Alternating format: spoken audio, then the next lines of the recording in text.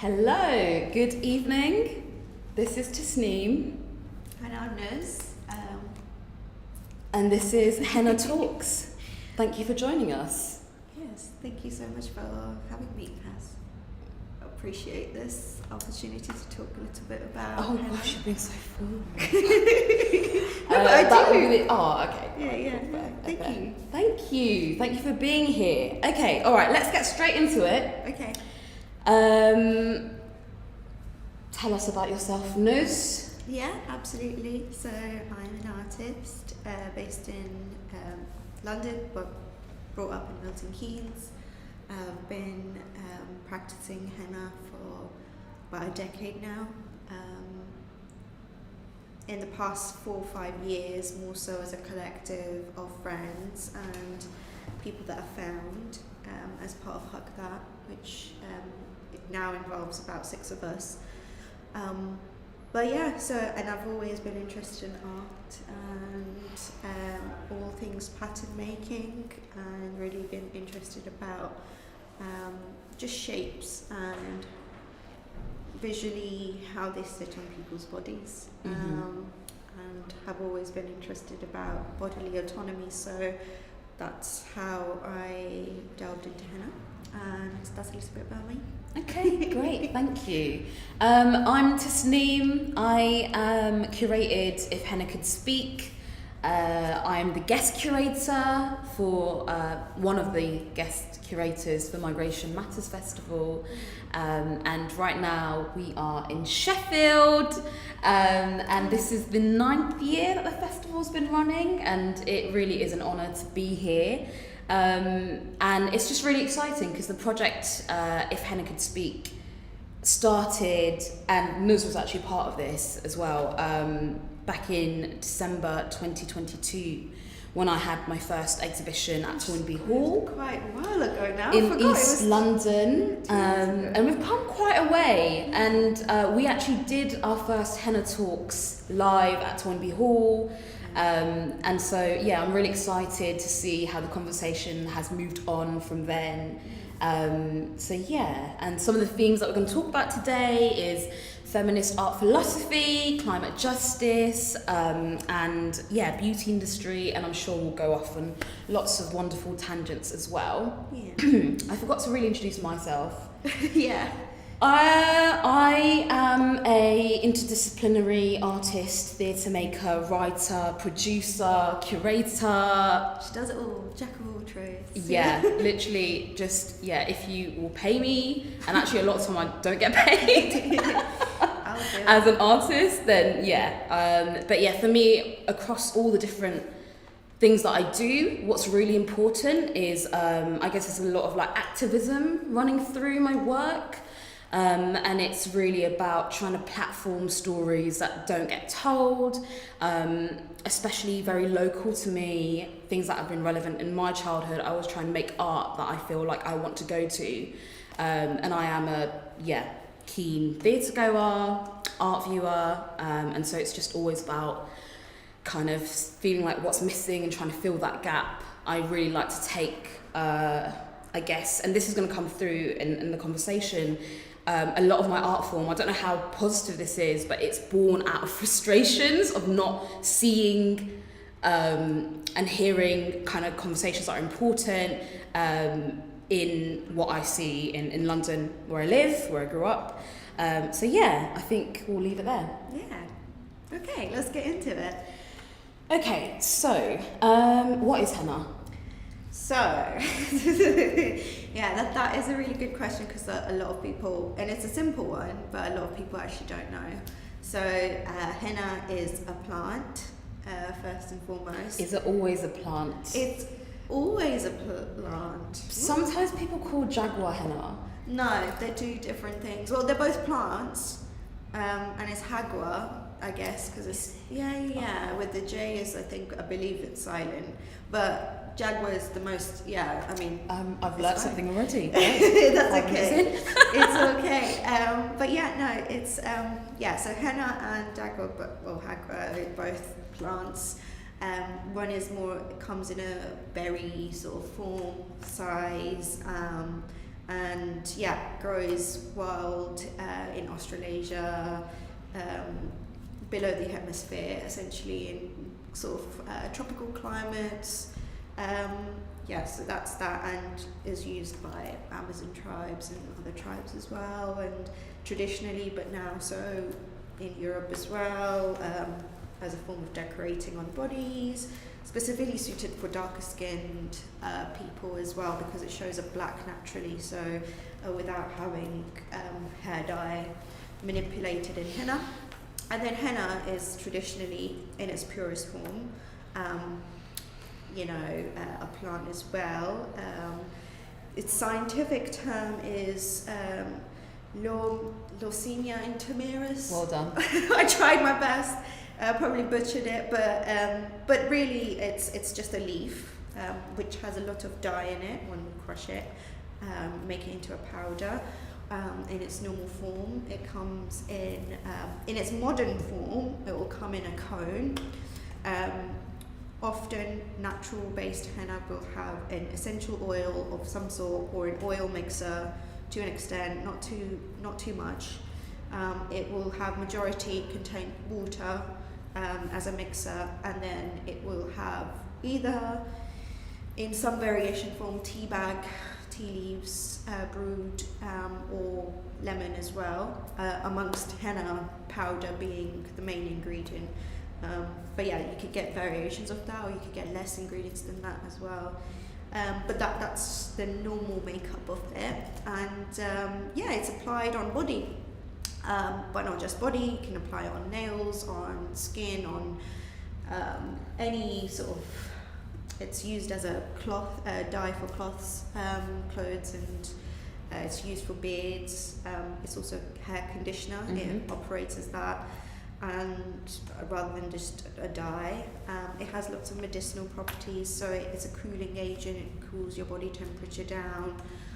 In hot climates, so it's also used, back in the day, it was used for travel, so travelers would put on henna to cool themselves in sort of hotter, more tropical climates, or so that's some of the ways that henna is used in its current form. There are things that will say that they are henna. Always check the ingredients, because there might not be. They'll have elements of henna, but they'll have like other things like hair dye, which contains chemicals. And so if you're buying a henna cone from a corner shop and stuff, just have a look at the ingredients before purchasing. But most purest form is real henna, is that what I just earlier described. My first realization that henna was a plant was when I went to Bangladesh. And I was 11 years old, and I literally saw, we picked the leaf from the henna plant, well, it's more like a bush, and then crushed it, and it turned, but the thing is, it didn't look like henna as I've experienced it growing up. Muslims. So we're both Muslim, and you grow up I grew up with a corner shop henna, and so it comes out in this very fine paste. And it's not natural.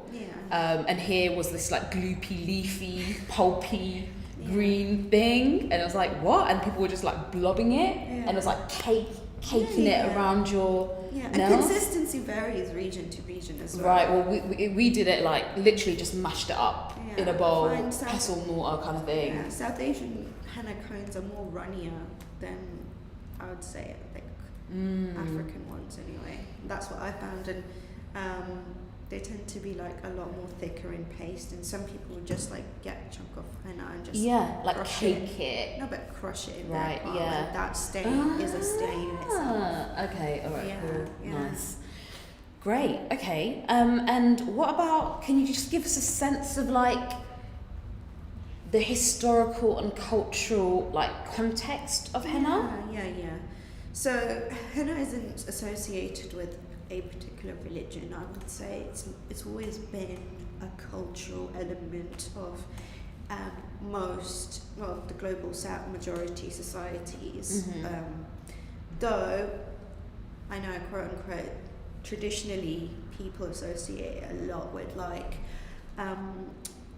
South Asian culture, but really if you see it, if you start depicting henna in the way that it's pictured in like Orientalist paintings and stuff in North Africa, like used to have like Algerian women with a veil or some henna on their hands on French postcards and stuff, but it's got a bit of an Oriental sort of aspect to it as well. Yeah, that's interesting how that, because it's not true, it's not accurate of how widely practiced it is and how many different cultures practice it.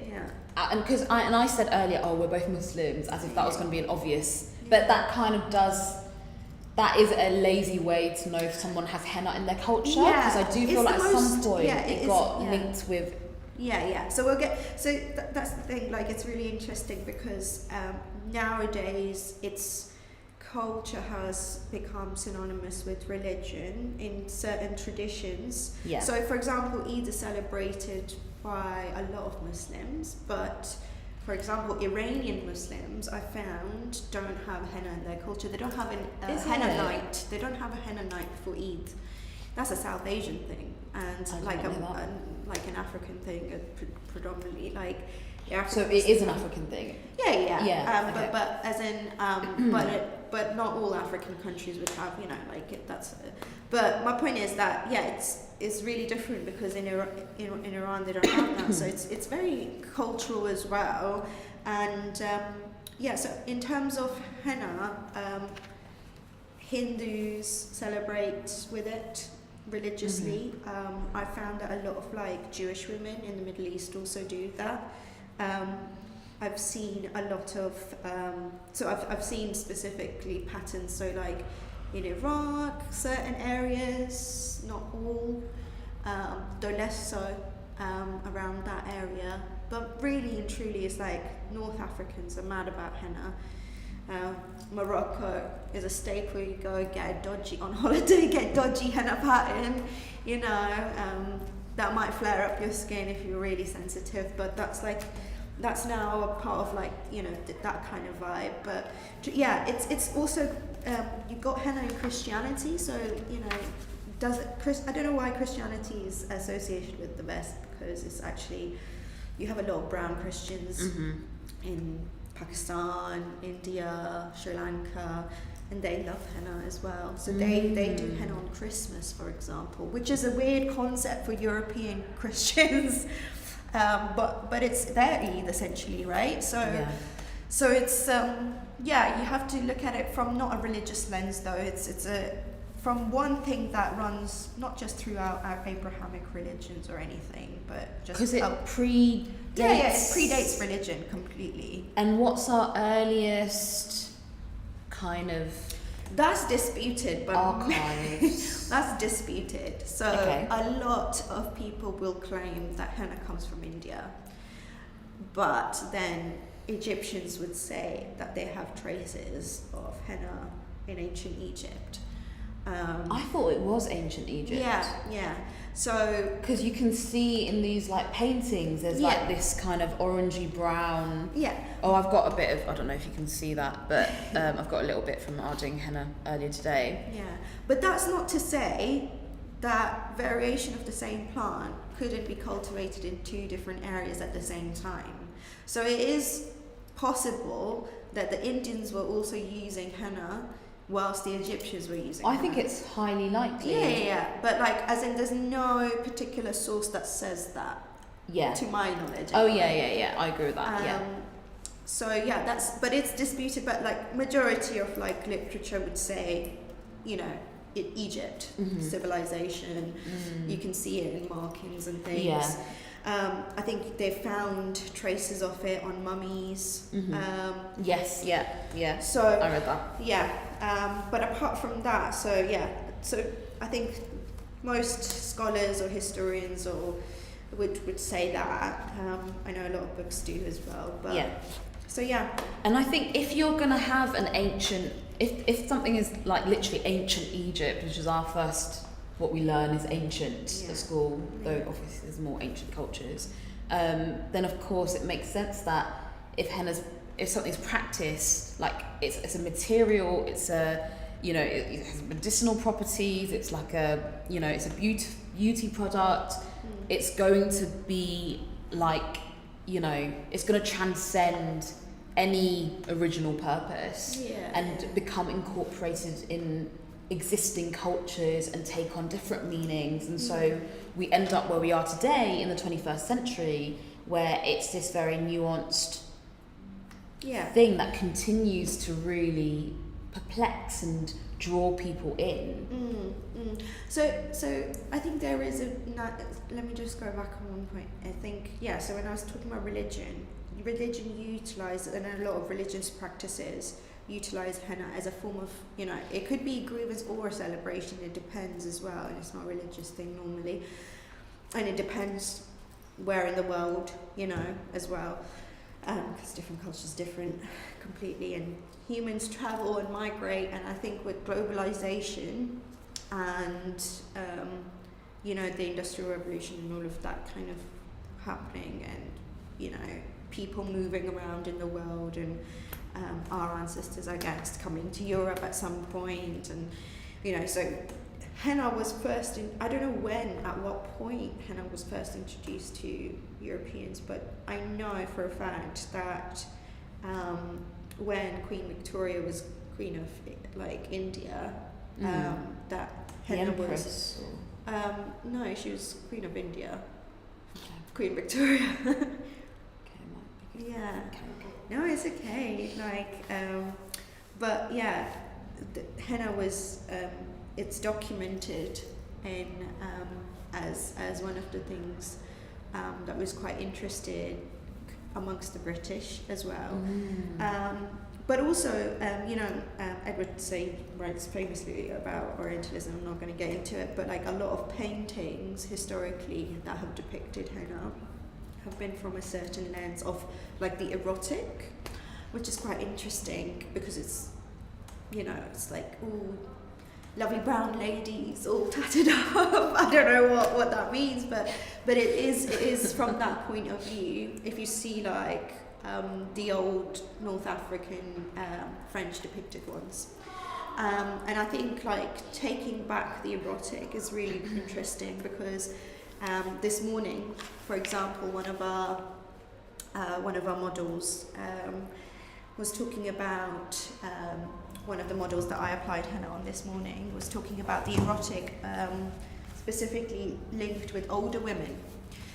And this lady was in her 60s, I believe, and she was saying that she really wanted to get adorned by henna, which, so she was of Nigerian descent, and I know a lot of Nigerian Muslims also celebrate henna. It's not just a Muslim thing, as I stated before, but and neither was she. But my point is that she was like really excited about it, and she was like, I'm taking back the erotic, but I'm trying to, you know what I mean? Like it's undesirable in most of our cultures under a patriarchal system kind of vibe, where like, you know, the usual terms that people just throw out, right? But in general, from a lens of femininity and decor and all of that, like, you know, intricacy and jewelry and all of these, you associate with that kind of aspect with very feminine, sort of like, and that's been utilised in Orientalist art, I said, but that just totally dismantles it when you get a 60-year-old and she's getting excited about putting on henna whilst being in a robe, for example.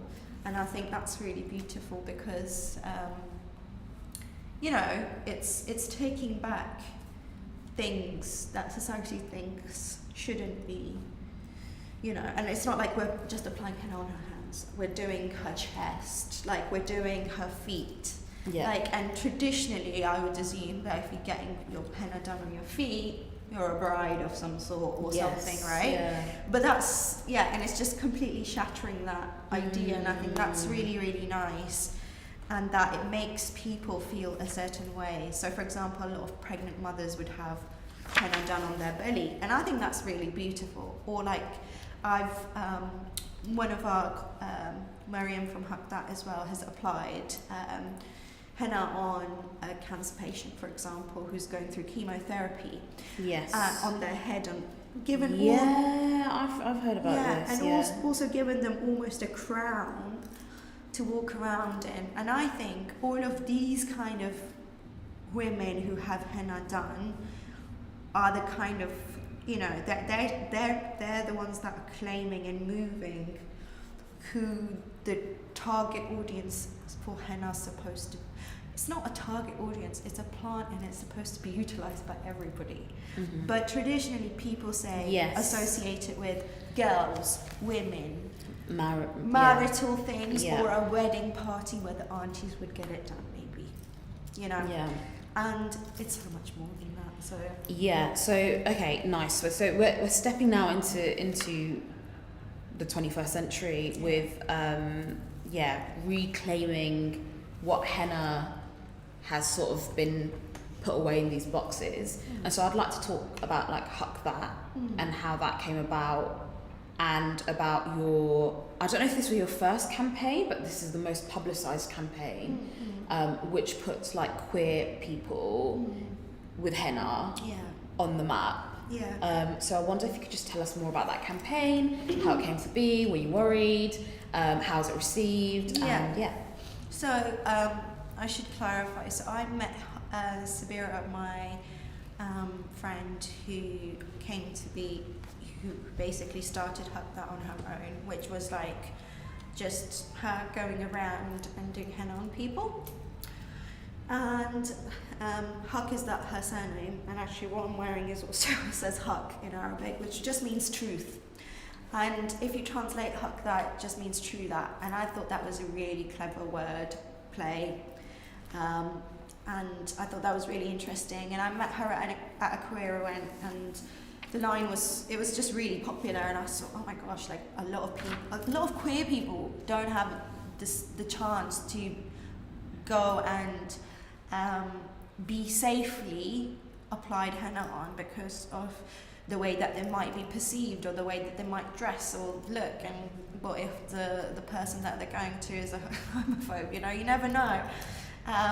But also because, you know, how henna is perceived in most black and brown cultures anyway, and global majority cultures, I think it's so gendered these days, and historically it's not been gendered. It's a plant, so you know, Sudanese men do it as well, and you know, like loads of, and I know grooms sometimes do henna as well. It depends on the person, and you know, I guess individual cities and areas geographically, but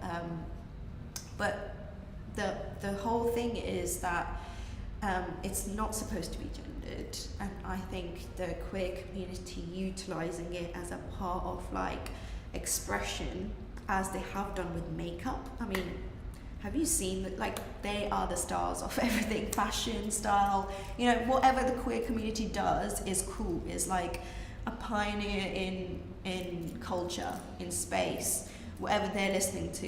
If it's Charlie XCX, that's it, you know, like. So the queer community make or break culture, I would say. They do it first. Like, I saw the Y2K trend and all of those things. So like, for example, when I saw the queer community, specifically black and brown queer community, really going for it, because henna wasn't cool 10 years ago. Like, it wasn't cool to be brown, and it wasn't cool to have henna on your hands after Eid and going to school, because you'd get bullied. Like, I would anyways. Like, this is like 2005, 2006. You know, the culture isn't there, and Bended Like Beckham's just about come out. No, so it's moving forward, but like, it's not there at the point where now you've got representation on such a scale where it's like, oh, it's cool to have your cultural displayed, and it's actually intriguing for people, because now we live in a more of a, we've been through like the modern digital stuff, like MSN and all of those kind of things. We live in a globalized like world now. There's been lots of migration, you know, and we've swapped cultures, and it's now people are seeing that, and it's really beautiful to see like people reclaim that, because a lot of people, black and brown people, were embarrassed of really being themselves back in the day. especially people who live in the home counties outside of London. There's something about, I think, how visible it is, which really does link for me with queer pride. And so I'm not surprised that, you know, before it was cool that queer people wanted to, like, you know, literally like adorn their bodies. I'm usually hands, but to kind of say, because it says something, like, you know, you require a certain kind of bravery to have that. Yeah, absolutely. And the pattern itself and who gets, you know, it's done, and you're carrying a memory because it lasts a couple of days. It's not a, you know, it's not like doing a bit of makeup for the night. Yeah, and it's not just that. I just found it really beautiful that so many queer people not only wanted to get henna done, and it made them feel good about themselves. It was a part of self-care. You know, it was like part of a ritual, like getting your nails done or get your hair did, like that's, and then that is a nice, you know, cherry on top. And I was like, I want to be part of this. So I just sat down and started doing some henna, and through that I just met the community and, you know, started to understand it as a concept within the art space and how it's perceived, and also on that, okay, so you started doing henna, and this was like, what was this event that you had these clients that were queer? They weren't clients, I wouldn't call them clients. They were just like people that were just at this event. It was like her first like a music or? No. So this was done by it was pre-organisers of Black Pride, and this was a magazine called AZ Magazine, AZ Hub. I think they've dissolved now, or they don't have the right funding to carry on. But they still do have an online presence. So they were called AZ Hub, and they held a small event. It was literally a town hall in Deptford in South London, and it was like 2 rooms, and you just had 5-6 organisers who were queer POC people, and they just wanted to make something nice, and people just came up and shared their stories. Not necessarily of coming out, because that's like pressure and a particular notion as well, but just to like share their stories of like belonging in community. So from like a community centre in Deptford, where has that gone?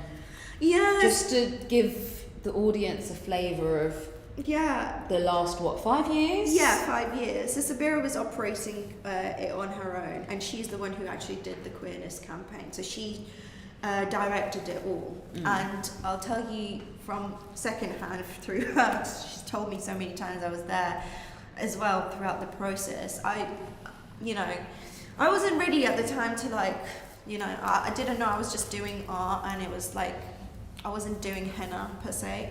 I'd always done henna as a child, but it wasn't something that I thought I could be like, I could be good at. Because you didn't even do an art GCSE. Yeah. That's jokes. But I used to paint and draw all the time. I've always been a creative kid. But people kind of. So she just had her wedding. And she had loads of jewelry. She went out and bought more, and just for all the models, and she reached out to a couple of key people, around London that she thought would be really good to photograph. She also had a beautiful photographer, and she essentially sourced all of the clothes are of her family, all the jewelry belongs to her, all the bangles, everything. She did the henna herself, and they shot it. And one of the photos which went viral at the time is the 2 girls kissing, which we have in our exhibition. Yeah. And that's the one that... And that's the photo. When I got interviewed by the Eastern Eye, I was telling them everything, like we had our interview, and I mentioned that, and he wanted that photo. Did he? It's just... Yeah, it's really nice, and it's really beautiful. It's one of my favourites as well, but that's one of the girls in the photo is Amani, really good friend of mine, and she's a brilliant poet as well. And she's fantastic. and Sabira actually asked to like, do you want to move a little bit closer? I just almost wanted to. She art directed it essentially, and she gave them certain like, you know, things to do and move around, and it just came so beautifully together when it was shot. So big credits to Sabira on the art direction, but it's gone so much further than that. We thought also we did one on masculinity called Play afterwards, and that's just got friends and family from the community. Yeah. And we just we got the most macho people that we knew to stand in front, and there's this big guy, and we did like white PVA sort of like henna. That photo. And he's just standing there like that, really. But it makes me really like, I think it's such a nice look, because it's like the masculine, the tough, and then something so stunning on your hands. And the clothes are really colourful as well. It's like the kind of, the pose was like very serious. Yeah. But it was all like very playful and like feminine. And masculine. Yeah, and then since then as well, we've grown so much in terms of we've got the it's fine. We've grown so much as well. So like we've got a beautiful group of artists that do it together. So we come from such different fields and, you know, kind of understanding of like places of stuff. So we've got Miriam, she's amazing, she's got her own style. We've got Rakaya, her style, I don't even know how to describe it, geometric, I would say, geometric or mathematical or like really graphic. Yeah. Miriam is more intricate and like more fluid. And then we've got Mehreen and Michelle, who are just fantastic as well. They're self-taught, and they love floral designs. That's just their thing. That's like our group essentially. We've got a couple of stragglers that come in and out. We've got Pav that we met along the way, where we met at another event, and she does really interesting design. So we've got such different styles between us. Yeah. And I think that's a really beautiful thing, because at the beginning I always thought when growing up was that henna has to be aesthetically really beautiful, pleasing, and it has to have a certain aesthetic, and because if you look up like henna art, you are bombarded with the same images, and it's just cookie cutter, copy paste. It's so boring, and it just completely kills any kind of anything that I associate with henna. Like I just think that is the one image that we have, which is part of like why I wanted to bring like, you know, different artists who are capturing it in interesting ways, the work behind us. It's, you know, it's actually a lot of henna is done in living rooms, not in these like big bridal sets. It's really, and it's between women, and it's, you know, including the henna artist, and it's a process and it's a conversation. I want to just move on to, we were talking about henna being done in events, and then doing these shoots and and bridal shoots, and I'm just thinking like henna as an art form. Okay, where would you place it? I think it's high art. I think, honestly speaking, I'm not saying that that's what it is perceived as, but I would call it like high-end art, just as somebody would, I don't know, sit down and do a sewing pattern, or somebody that would be an embroider, for example. Like, I think it's the same level, or somebody that would be a tattoo artist, a really well-renowned, like Grace Neutral, for example. She's you know, I think, or, you know, whatever you want it to be, essentially, like, that's what I perceive it as. Okay, and what about in terms of the media, or the medium? How would you describe henna art? Because I think there's a few different answers here. Because, actually, no, sorry, you answer, then I'll tell you. Okay. How it's perceived is for celebration or for religious reasons. As in, is it seen as a painting? No, it's not seen as a painting. It's seen as a pretty thing that you're supposed to have on your body if you're celebrating something fantastic. Yes, okay, how it's perceived. And then how it's captured, I would say a lot of the times it's captured by photography. Yeah. Which again, forget the bridal like art where it's the same bloody design. It just always seems to be captured by photography, and I know that's rich because most of this exhibition is photography, but we also have programmed you as a performance artist, and you recently did a gig at the London College. No. So this was in partnership with a designer in Sheffield called Tasnim. Oh, was it in Sheffield? Well, it wasn't in Sheffield. She's from Sheffield, and her thing is all about being from Sheffield. And she's a community-grown artist. She designs clothes, essentially, men's and women's wear. And she had a presentation at London Fashion Week. And it was London Fashion Week. Yeah, so she had a presentation there, and she had an idea of bringing, so she's Yemeni, of Yemeni heritage, and she had an idea of she was essentially creating her grandmother's living room as an experience for London Fashion Week. Yes. A Yemeni grandmother's living room. So everything was on the floor, lots of cushions. She had incense sticks going. She had models standing up in different areas, and what she wanted was a henna artist, and not just one, but she wanted a whole team of henna artists adorning hands as part of the presentation. Okay. Her thing is all about sustainability, and I thought that's what my thing is about. That's what I personally stand for. So that just really married the concept for me. I also thought about henna actually as a plant being, something that's will grow to be scarce in the future, and so it just felt really right to collaborate. And so it was a one day, a couple of hours, I think it must have been 2 hours or so worth of a presentation, and it was like an interactive experience.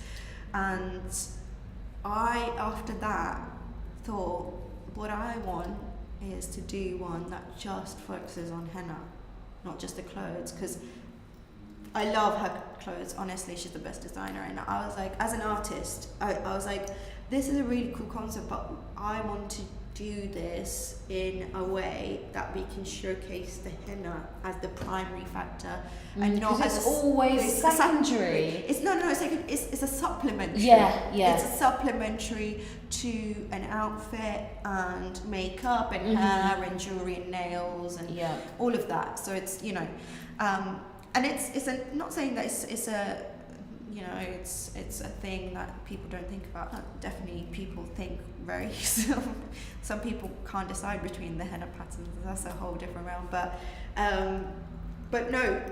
I wanted it to be a primary focus in an exhibition that wasn't a presentation, but that was an experience. And then that's when you perfectly reached out. Yeah, because Nuz did this Instagram post, and I wish I had the text. Oh, that would have been clever.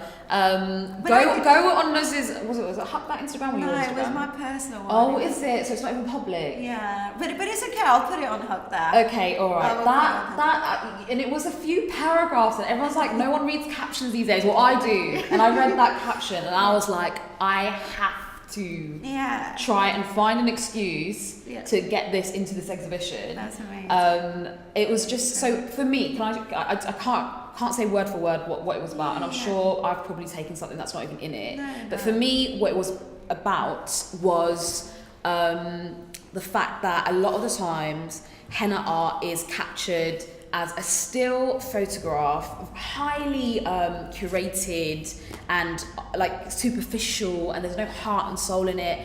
erases kind of a lot of the meaning and the like intimacy between the henna artist and, you know, the environment, and the solidarity between women, which is my experience of henna growing up, and also the patience required. So Nuz's post was mainly about like henna as an endurance, I think he called it an endurance sport. Yeah. And also as a precursor to performance art. And I thought that's so accurate, because I did do an art GCSE and an art foundation, and I specialise in performance art as my art specialism. And Marina Abramovich was like, I love her. Like, I was obsessed. I was like, she's so weird, like me, and you know, like she's so weird, like me. Like, you know, I just felt, because, you know, like I didn't really go to art galleries and that, and I saw her, and, you know, with the snake and the nudity and the stare-offs and stuff like that. Pushing the boundary in terms of what is, you know, what interdisciplinary art form. And then I was like, but, you know, I was acting like it was brand new, me being like 17, and then you made the very like I was like, this isn't new in our culture. This isn't new. And it's like, so growing up I dismissed henna as an art form. Yeah, because and that's what I'm trying to get down to. People happily sit, like an artist will sometimes have sessions for up to 6 to 8 hours straight. I've done it, I've done it as well. Yeah. And it's like, very common, but the photo does not capture any of that a lot of the times. Of course. And so I've tried to do that in this exhibition by showing the relationship between the henna artist and the client or the model or the friend or family member, whoever, whatever that is, the person receiving. And by doing this performance art piece that Nuz is doing on repeat this weekend, it's about showing the audience, like they come and they see the pictures, but then they're in the space and they can smell the henna. That's another thing. It's deeply sensory. The feel of henna, it's a cooling agent. It feels really nice. Like, we're asking the models as we're doing it on the model with an audience, how does it feel? And these are important notes that can also easily be missed. Yeah, I think it's also just the storytelling, that human interaction whilst doing something so intricate on somebody else's body, and the trust that they can put in you in terms of sharing their hand or whatever. The human kind of interaction. And after one henna session, you leave with their like life story. Do you know what I mean? And we're making that an interactive space. The reason I feel like henna, I dismissed it growing up, is because we as a culture dismiss henna as an art form. And I think there's many reasons why. I think a lot of it's to do with the fact that it's done by women from global majority countries, you know, the double colonization that we face, but also because I think it is so fleeting. It's not, when you do a painting that lasts forever, and capitalism and colonialism obsessed with kind of, you know, legacy and keeping material things. Henna is derived from a plant, which, you know, comes and goes, like it you know, it goes back into the circle of the earth, it sheds, and then it's applied on the skin, and the moment itself is not something that is easily captured. We try through photographs, and as I've said, like quite superficially, and then it lasts for a couple of days. It's not a tattoo, it's not permanent, and I think that impermanence is something that resists kind of colonial and capitalist practices, and so it kind of, it's not of interest traditionally. And I think now I really welcome the fact that we are kind of, and now, you know, and then a white woman does performance art, and it's like, this is huge, this is big, and then we go back and actually our ancestors have been doing it. Yeah, but women all over the world have been doing it. There's actually a lot of male henna artists now as well, which I think is such a beautiful thing as well. Like, one of my favorite artists is a guy, and you know, whatever sexuality, I don't really, you know, like it's always like people are like, oh, okay, are they queer? And I'm like, I don't care. The fact that, you know, anyone can do henna is beautiful, but I think it is important to recognize that it is what it is associated with is it's a woman's art form, and I think that's where the credit is due. And I think, you know, next time tip your henna lady if you're in back in your home country, or, you know, and show kindness to the people adorning your hand, and it's much more than that. I think it's about storytelling and just really giving the new generation of henna artists the proper education of like not underselling themselves and not being embarrassed about like, oh, I'm only a henna artist. No, you're an artist. Yeah. You're an artist. It's an absolute art form. Yeah. Yeah. Great. Well, thank you so much. I think, come and see the exhibition if you're seeing this live. We're open tomorrow, so we'll be having 2 performances. Yeah, so the exhibition is open until Friday, whatever the coming Friday is, 17th. 21st, thanks Tom, our lovely tech. 21st of June at the Meanwhile Space in Sheffield, but it'll probably come back again. I'm going to try and bring it back to East London, and yeah, this is like, I've been doing it a couple of times now, and it's just, I think we've just touched, I said this talk we were going to go under the skin, delve under the skin of henna practice, and I think we've barely scratched the surface because this is an underrated art form. And honestly, I just feel like the last 5 years Huck That have been doing an incredible job. I came like on board not as part of Huck That, but as an independent curator, freelance artist in the last 2-3 years, and I'm really what we're doing collectively is trying to put henna on the map, into museums, galleries, the archives, into books, into popular culture, give it the respect that it deserves. And I hope from what we've just said in the last 45 minutes or so, you've got like a taste of that and it makes you hungry to find out more. Yeah, that's it. Thank you.